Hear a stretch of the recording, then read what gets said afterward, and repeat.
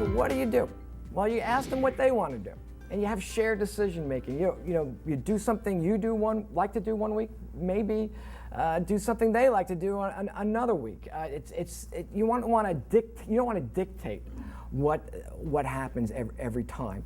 Make sure that you're showing interest in what they are interested in. And often we suggest that you structure your time. This is a possible outline for that, and you spend 1 to 2 hours of activity time. Now, for some kids, and for volunteers, that may be basketball.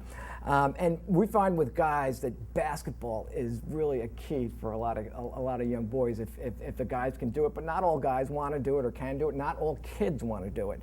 But it's often good just to take a ball out and just shoot hoops, play horse, do something. And I will tell you that every kid I have ever played with has beaten me. So I am one of the worst basketball players, but I still went out there and did it.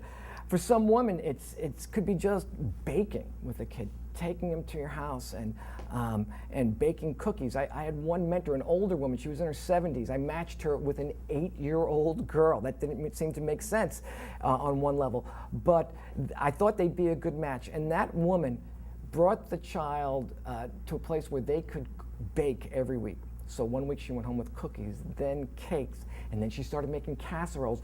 And that girl's self-esteem grew as she walked into her house and into her neighborhood, which was a pretty chaotic place, and she brought these fresh baked things that everybody loved. And they said, "You really baked these?" And she would smile.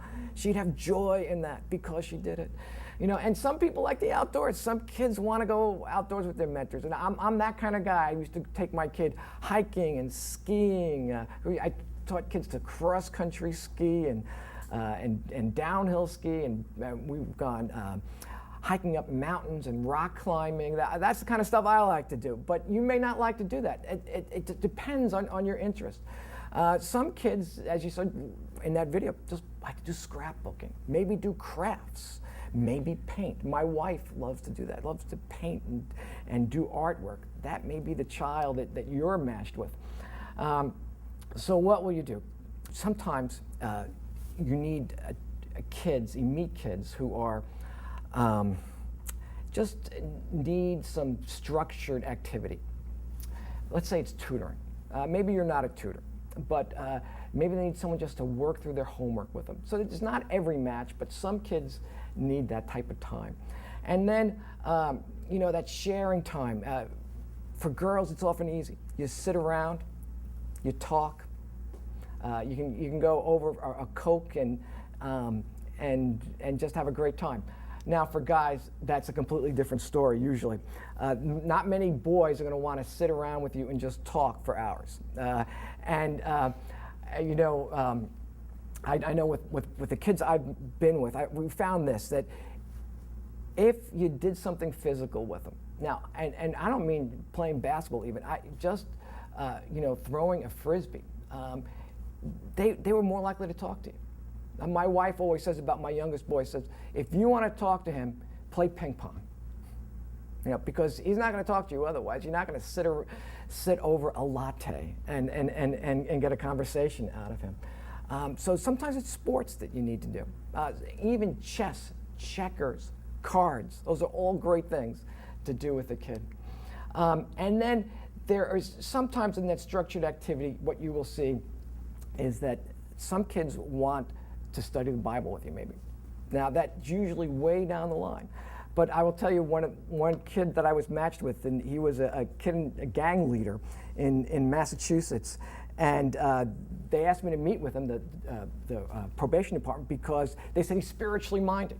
And so I went over his house, and I thought, well, I'd take him out. We play some basketball, and he sits down with me and goes, "Let's read the Bible." That was within 10 minutes of being in his house.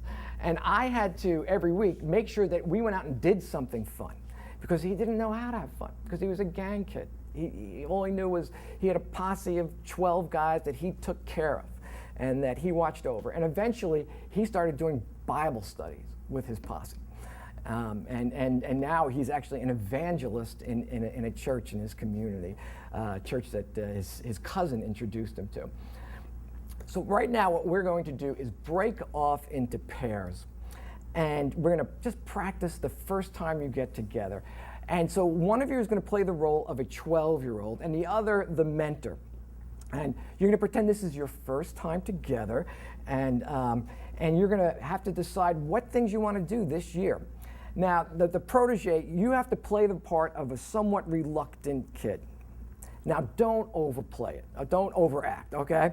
Don't go out and overdo it and give them a hard time.